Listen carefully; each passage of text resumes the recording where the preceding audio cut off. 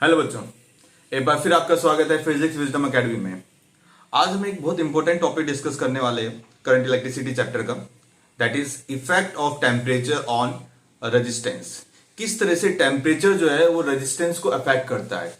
इस टॉपिक में बेसिकली हम ये पढ़ने वाले हैं कि अगर टेम्परेचर चेंज करेंगे तो कंडक्टर या मेटल का जो आपका रेजिस्टेंस है वो किस तरह से चेंज होगा। आपने 10th क्लास में पढ़ा होगा कि रेजिस्टेंस जो है वो 4 फैक्टर्स पे डिपेंड करता है। पहला हम पढ़ते थे length of the wire, area of the cross section of the wire, nature of the material and then temperature of the conductor. अब जो लेंथ और एरिया होते थे it depends on the size and shape of the conductor, तो ये conductor पे पूरा का पूरा डिपेंड करता था। नेचर ऑफ द मटेरियल, अगर मटेरियल चेंज कर देंगे, बट टेम्परेचर पर किस तरह से डिपेंड करता था ये हम वहां पर नहीं पढ़ते थे। तो इसको हम आज जानेंगे कि किस तरह से अगर टेम्परेचर चेंज करते हैं तो मेटल और एक और मटेरियल हम पढ़ेंगे सेमीकंडक्टर, उसमें क्या चेंजेस आते हैं, किस तरह से रेजिस्टिविटी एंड कंडक्टिविटी में चेंज आता है। आइए स्टार्ट करते हैं। We know that resistivity rho is given by m divide by n e square tau, ये फॉर्मूला होता है। ओके, ये हमने निकाला भी था, ठीक है। मैं डिस्क्रिप्शन में जो है वीडियो का लिंक दे दूंगा, वहां से आप देख सकते हैं कि ये जो फॉर्मूला है किस तरह से आया हुआ। अब ये है रेजिस्टिविटी, यहां पर रो जो है वो है रेजिस्टिविटी, एम जो है मास ऑफ इलेक्ट्रॉन, क्योंकि हम कंडक्टर की बात कर रहे हैं तो कंडक्टर में जो इलेक्ट्रॉन्स होते हैं वही चार्ज कैरियर्स हो गए। E is the charge on the electron, charge on the electron, and n is electron density,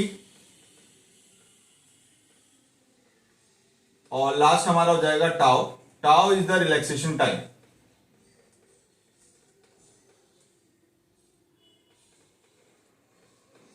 relaxation time, तो ये हमारे पैरामीटर्स हो गए जिन पर जो है रेजिस्टिविटी डिपेंड करती है। अब जब हम टेम्परेचर इंक्रीज करते हैं तो होता क्या है, देखिए मास और चार्ज ये कांस्टेंट क्वांटिटी है, टेम्परेचर चेंज करने पर इस पर कोई भी फर्क नहीं पड़ेगा। तो फर्क किस पर पड़ेगा, फर्क इन दोनों पर पड़ेगा, यानी कि एन और टाउ। आपका जो यहां पर खेल है वो सिर्फ एन और टाउ का है, ठीक है। हम सबसे पहले मेटल के बारे में पढ़ लेते हैं। फॉर मेटल, मेटल के केस में क्या होता है, मेटल या फिर कंडक्टर, इसके केस में रेजिस्टिविटी किस तरह से चेंज होती है। Let us suppose we are increasing the temperature of the conductor, हम टेम्परेचर इंक्रीज कर रहे हैं।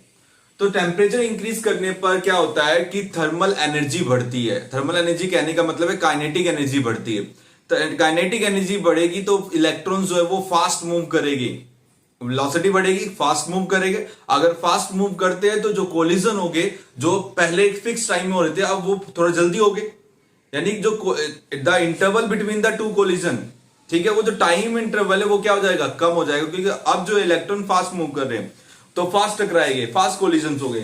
फास्ट कोलिजन हो गए तो रिलैक्सेशन जो टाइम है वो आपका क्या हो जाएगा, डिक्रीज हो जाएगा, ठीक है। एंड इसमें जो है आपका रिलैक्सेशन टाइम क्या हो जाएगा, डिक्रीज हो जाएगा। अगर रिलैक्सेशन टाइम डिक्रीज हो जाएगा तो आपका रेजिस्टिविटी जो है, आपकी जो रेजिस्टिविटी है वो क्या हो जाएगी, इंक्रीज हो जाएगी। तो रेजिस्टिविटी यहां पर हो गई इंक्रीज।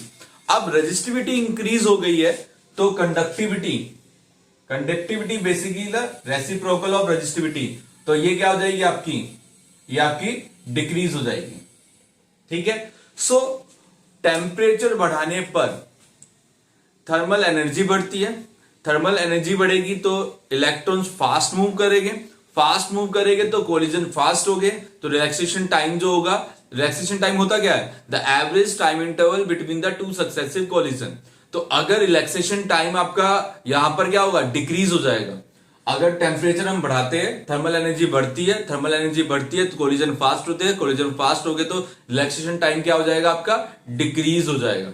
रिलैक्सेशन टाइम डिक्रीज हो जाएगा तो रेजिस्टिविटी इंक्रीज हो जाएगी, और conductivity is reciprocal of resistivity, so therefore it decreases. तो हम क्या कहते थे, हम कहते थे टेम्परेचर बढ़ाने पर रेजिस्टिविटी जो होती है मेटल की वो बढ़ जाती है, वो कहां से आया, वो यहां से आया। अच्छा एन, एन यहां पर क्या है, इलेक्ट्रॉन डेंसिटी है। क्या इस पे कोई फर्क पड़ेगा? नहीं, इस पे कोई भी फर्क नहीं पड़ता।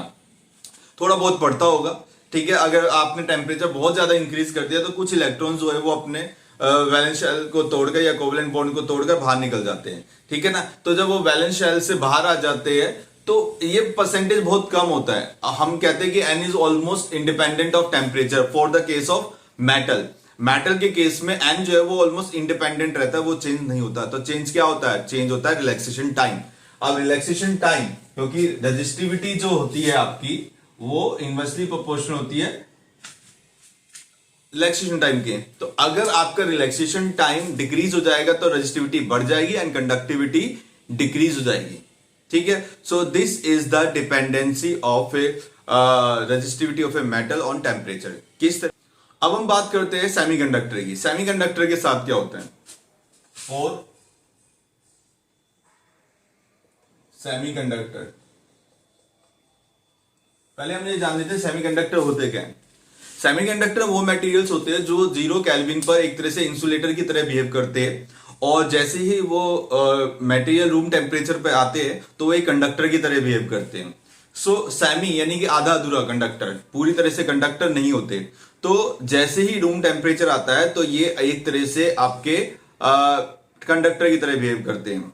ओके, इसके पीछे कुछ अलग कंसेप्ट है, वो आप जो है सेमीकंडक्टर वाला जब चैप्टर पढ़ेंगे तो आपको समझ में आ जाएगा।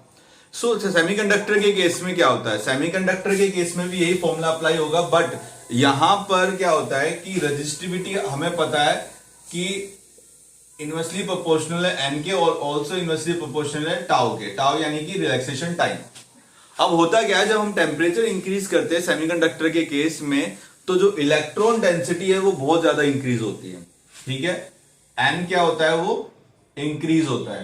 रिलैक्सेशन टाइम ऑब्वियसली डिक्रीज ही होगा, चाहे सेमीकंडक्टर का केस हो चाहे आपका कंडक्टर का केस हो। रिलैक्सेशन टाइम जो है वो हमेशा डिक्रीज ही होगा अगर हम टेम्परेचर इंक्रीज कर रहे हैं। बट यहां पर ये देखा जाता है कि जब हम टेम्परेचर इंक्रीज कर रहे हैं तो एन जो है यानी कि इलेक्ट्रॉन डेंसिटी जो है वो बहुत ज्यादा इंक्रीज हो रही है, ठीक है। वो क्या हो रही है? बहुत ज्यादा इंक्रीज हो रही है। तो ये जो एन है ये इसको डोमिनेट कर जाता है। नेट जो इफेक्ट है वो एन का लिया जाता है, ठीक है। ये डिक्रीज हो रहा है, ये इंक्रीज हो रहा है, तो हम क्या माने कि इन दोनों ने एक दूसरे को कैंसिल आउट कर दिया? नहीं, कैंसिल आउट नहीं करते एक दूसरे को। एक्चुअली होता क्या है कि जो एन होता है वो ज्यादा अमाउंट में इंक्रीज होता है और टाउ जो है बहुत कम अमाउंट में डिक्रीज होता है। नंबर डेंसिटी जो होती है आपके इलेक्ट्रॉन्स की या चार्ज कैरियर्स की जो सेमीकंडक्टर में होते हैं वो बहुत ज्यादा इंक्रीज हो जाते हैं। सो ओवरऑल जो होता है, ओवरऑल अगर मैं देखूं तो ये नीचे वाली जो क्वांटिटी आपकी, अगर मैं इस फॉर्मूले को लिखूं दोबारा से यहां पे, सो ये जो ओवरऑल क्वांटिटी है, ये ओवरऑल क्वांटिटी जो है वो इंक्रीज होती है। और अगर ये इंक्रीज होगी तो इसका मतलब रेजिस्टिविटी क्या हो जाएगी आपकी? डिक्रीज हो जाएगी। रेजिस्टिविटी इस केस में डिक्रीज हो जाती है तो कंडक्टिविटी क्या होगी? कंडक्टिविटी यानी कि सिग्मा, ये क्या होगा आपका? इंक्रीज हो जाएगा। तभी हम कहते हैं कि टेम्परेचर बढ़ाने पर सेमीकंडक्टर की जो कंडक्टिविटी होती है वो इंक्रीज हो जाती है, बट कंडक्टर की यानी कि मेटल्स की जो कंडक्टिविटी होती है वो डिक्रीज हो जाती है। तो वो हम इस फॉर्मूले से इजीली समझ सकते हैं, और जो मैंने आपको कंसेप्ट बताया उससे आप इजीली समझ सकते हो, ठीक है। अंडरस्टूड होगा, आई थिंक आपको क्लियरली पता लग गया होगा कि किस तरह से जो कंडक्टिविटी होती है या रेजिस्टिविटी होती है वो किस तरह से डिपेंड करती है टेम्परेचर पर, सेमीकंडक्टर के केस में एंड कंडक्टर के केस में। अब हम जो है थोड़ा ग्राफ के बारे में जान लेते हैं कि ग्राफ किस तरह से अलग अलग आते हैं। अगर हम देखें मेटल के केस में, फॉर मेटल के लिए अगर हम ग्राफ प्लॉट करें between resistivity and temperature, so normally जो ग्राफ आता है वो कुछ इस तरह का होता है। मेटल के केस में कंडक्टिविटी क्या होती है आपकी? इंक्रीज करती है। ये आप कॉपर के लिए मान सकते हैं, आपकी एनसीईआरटी बुक में भी ये गिवन है। और कॉपर के लिए जो रेजिस्टिविटी होती है टेम्परेचर इंक्रीज करने पर वो इंक्रीज होती है। अगर हम बात करें एलॉयज की, और एलॉयज में हम कौन सा ले रहे हैं? नाइक्रोम। तो इसकी जो डिपेंडेंसी होती है टेम्परेचर पर वो इतनी ज्यादा नहीं होती, ये हमें मिलता है, ठीक है, ये देखा जाता है जो अलॉयज होते हैं उनकी रेजिस्टिविटी तो बहुत ज्यादा होती है ऑब्वियसली, बट ये टेम्परेचर पे इतने ज्यादा डिपेंड नहीं करते। नाइक्रोम वायर जो है वो आपकी टेम्परेचर बढ़ाने पर उसकी रेजिस्टिविटी इंक्रीज होती है, बट इतनी ज्यादा इंक्रीज नहीं होती जितनी कॉपर में चेंज आता है। कॉपर में आप देख रहे हो कितने ज्यादा चेंज आता है, ठीक है। इसीलिए हम क्या करते हैं, कभी भी अगर हमें एक्सपेरिमेंट करना होता है लैब में, तो हम कॉपर वायर कनेक्टिंग वायर्स के फॉर्म में हम यूज कर सकते हैं। एज ए रेजिस्टेंस वायर हम यूज नहीं करते हैं, ठीक है।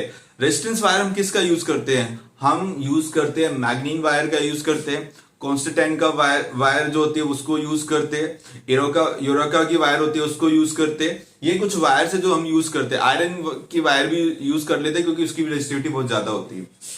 अब अगर हम मैग्नीन की बात करें, मैग्नीन के केस में जो है डिपेंडेंसी जो होती है रेजिस्टिविटी की वो ऑलमोस्ट इंडिपेंडेंट होती है टेम्परेचर पे। तो ऐसी स्ट्रेट लाइन आती है, straight line which is parallel to the temperature axis. तो जो मैग्नीन होता है वो मैग्नीन ऑलमोस्ट टेम्परेचर पर डिपेंड नहीं करता है। इसीलिए लेबोरेटरी में हम ज्यादातर एसी वायर का यूज करते हैं। ये वायर हो गया, कॉन्स्टेंट वायर होगी, इन्हीं वायर का यूज करते हैं क्योंकि ये वायर टेम्परेचर पर डिपेंड नहीं करती इनकी रेजिस्टिविटी। अगर टेम्परेचर चेंज होता है तो रेजिस्टिविटी इनकी कांस्टेंट रहती है। बाकी अगर हम वायर यूज करते हैं तो उसकी रेजिस्टिविटी चेंज हो जाती है, क्योंकि अभी आपको पता लग रहा है कि टेम्परेचर चेंज करने पर रेजिस्टिविटी किस तरह से चेंज होती है। अगर हम बात करें सेमीकंडक्टर की, तो सेमीकंडक्टर का जो ग्राफ है वो किस तरह का होगा वो भी हम देख लेते हैं।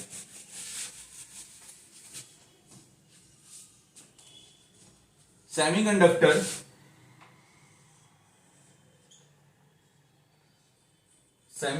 के केस में क्या होता है कि आपकी जो रेजिस्टिविटी होती है वो डिक्रीज करती है, तो इस तरह का ग्राफ आता है,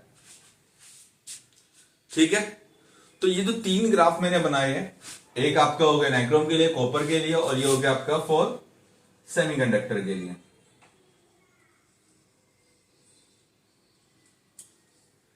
ये तीनों ग्राफ बहुत इंपॉर्टेंट है। बोर्ड एग्जाम में, नीट में, जेई में ग्राफ के ऊपर क्वेश्चन आई जाते हैं और वहां पर आपको 4 ग्राफ दे दिए जाएंगे और बोल दिया जाएगा इनमें से कौन सा एक ग्राफ जो है वो कॉपर के लिए एप्रोप्रिएट है, या सेमीकंडक्टर के लिए एप्रोप्रिएट है, या फिर नाइक्रोम के लिए एप्रोप्रिएट है, ठीक है ना। आपको उसमें मटेरियल दे दिया जाएगा और बताया जाएगा कि इसमें से चूज करो कौन सा सही ग्राफ होगा। तो ग्राफ के ऊपर अक्सर जो है क्वेश्चन आ ही जाते हैं।